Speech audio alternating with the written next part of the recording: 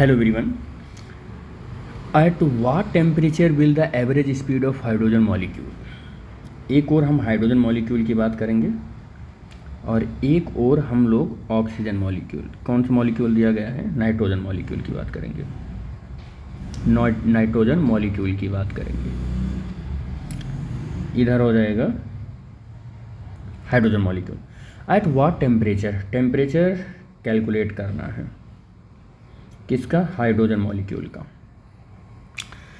कह रहा है कि at what temperature will the average speed of hydrogen, hydrogen का एवरेज स्पीड, हाइड्रोजन मॉलिक्यूल का एवरेज स्पीड।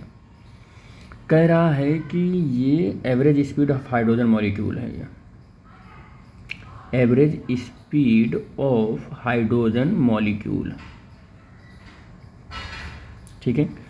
कह रहा है कि ये सेम होगा, क्या होगा ये सेम होगा, क्या होगा ये सेम होगा। किसके सेम होगा ये भी बात कर लो। कह रहा है कि that of the nitrogen molecule, यानी कि average speed of nitrogen molecule के सेम होगा। कह रहा है किस टेम्परेचर पर, वो कैलकुलेट करो। लेकिन कह रहा है कि नाइट्रोजन जिस टेम्परेचर पर है वो टेम्परेचर गिवन है, नाइट्रोजन का टेम्परेचर गिवन है, वो 35 डिग्री सेंटीग्रेड पर है।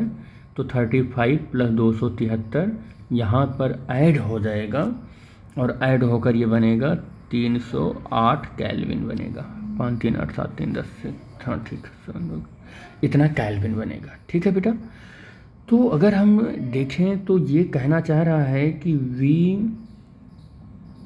एक चीज़ और, मैं यहाँ पर ये जो लाइन है इस लाइन को थोड़ा सा, बस यहीं तक इस लाइन की ज़रूरत है, ठीक है।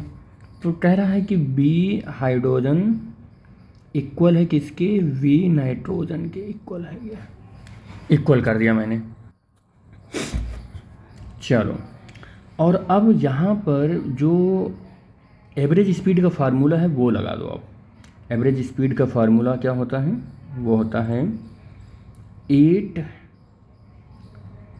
kT/m, ये फार्मूला होता है 8 kT/m। और ये किसके लिए लग रहा है ये फार्मूला, ये भी तो ध्यान देना होगा, ये हाइड्रोजन के लिए लग रहा है, ये हाइड्रोजन के लिए लग रहा है। और इक्वल टू इधर 8K और ये नाइट्रोजन के लिए लग रहा है, तो इधर हो जाएगा पाई और m नाइट्रोजन हो जाएगा, नाइट्रोजन का मास। अब जो कैंसिल हो रहा है रूट के अंदर, देखो अब ऐसे तो हम कैंसिल नहीं कर सकते हैं, लेकिन मैं आपको ऐसे कर दे रहा हूँ, आप समझ गए होंगे कि कैलकुलेशन कैसे हो रहा है। ये ऐसे कैंसिल हो जाएगा, ये इससे कैंसिल हो जाएगा, और जो वैल्यू बचेगी केवल उसी वैल्यू को हम लोग नोट करेंगे। क्या बच रहा है फार्मूले में, अच्छा वैल्यू मत बचाओ, पहले वैल्यू रख ही दो। देखो हाइड्रोजन के लिए जो टेम्परेचर है वो तो हमको कैलकुलेट करना है, लेकिन इसका मास तो हमको गिवन है हाइड्रोजन मॉलिक्यूल का। देखो molecular weight of the nitrogen वो दिया गया है 28 और एंड हाइड्रोजन का दिया गया है 2, तो यहाँ पर इसका 2 रख दो। और इधर वाले का नाइट्रोजन का टेम्परेचर देखो 308 है, ये रख लो आप वैल्यू, और नाइट्रोजन का 28 गिवन है तो ये 28 रख लो आप। अब आप देखो तो टी हाइड्रोजन का जो टेम्परेचर है /2 = वो 308 और 28, ये दोनों साइड का स्क्वायर करेंगे, रूट हट जाएगा, ठीक है।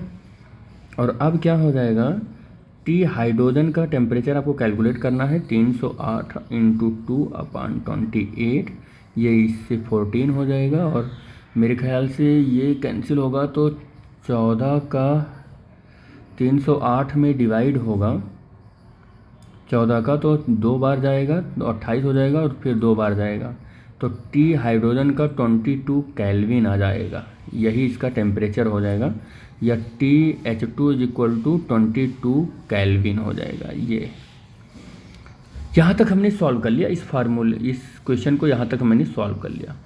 कह रहा है also calculate the most probable speed, कह रहा है मोस्ट प्रोबेबल स्पीड कैलकुलेट करो ऑफ एट दिस टेम्परेचर, इसी टेम्परेचर पर कैलकुलेट करना है आपको। क्या कैलकुलेट करना है, मोस्ट प्रोबेबल स्पीड। तो मोस्ट प्रोबेबल स्पीड का फार्मूला जो होता है वो होता है 2K kT/m ये होता है, 2 kT/m होता है। मोस्ट प्रोबेबल स्पीड का यही फार्मूला होता है।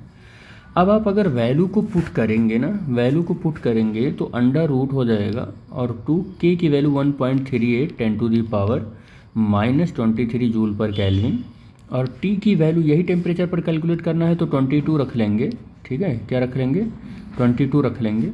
और किसका कैलकुलेट करना है हमको? किसका कैलकुलेट करना है? नाइट्रोजन का।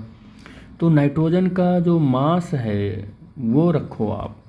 तो नाइट्रोजन का मास अगर आप कैलकुलेट करना चाह रहे हो तो मॉलिक्यूलर मास इसका कितना है? m = 28 AMU। आपको और बता दें 1 AMU किसके इक्वल होता है? 1 AMU जो होता है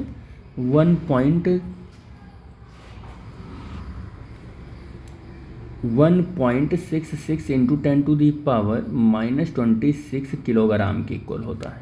ठीक है, इसी के इक्वल होता है। तो अब आप सोचो कि नाइट्रोजन का जो मास है वो 28 AMU है, और अगर अब ये इतना AMU है तो 28 इंटू 1.66 इंटू 10⁻⁻26 किलोग्राम बन गया। तो ये वैल्यू यहाँ पर पुट करो। ये वैल्यू जब आप पुट करोगे तो 28 इंटू 1.66 इंटू 10⁻⁻26 किलोग्राम बन जाएगा।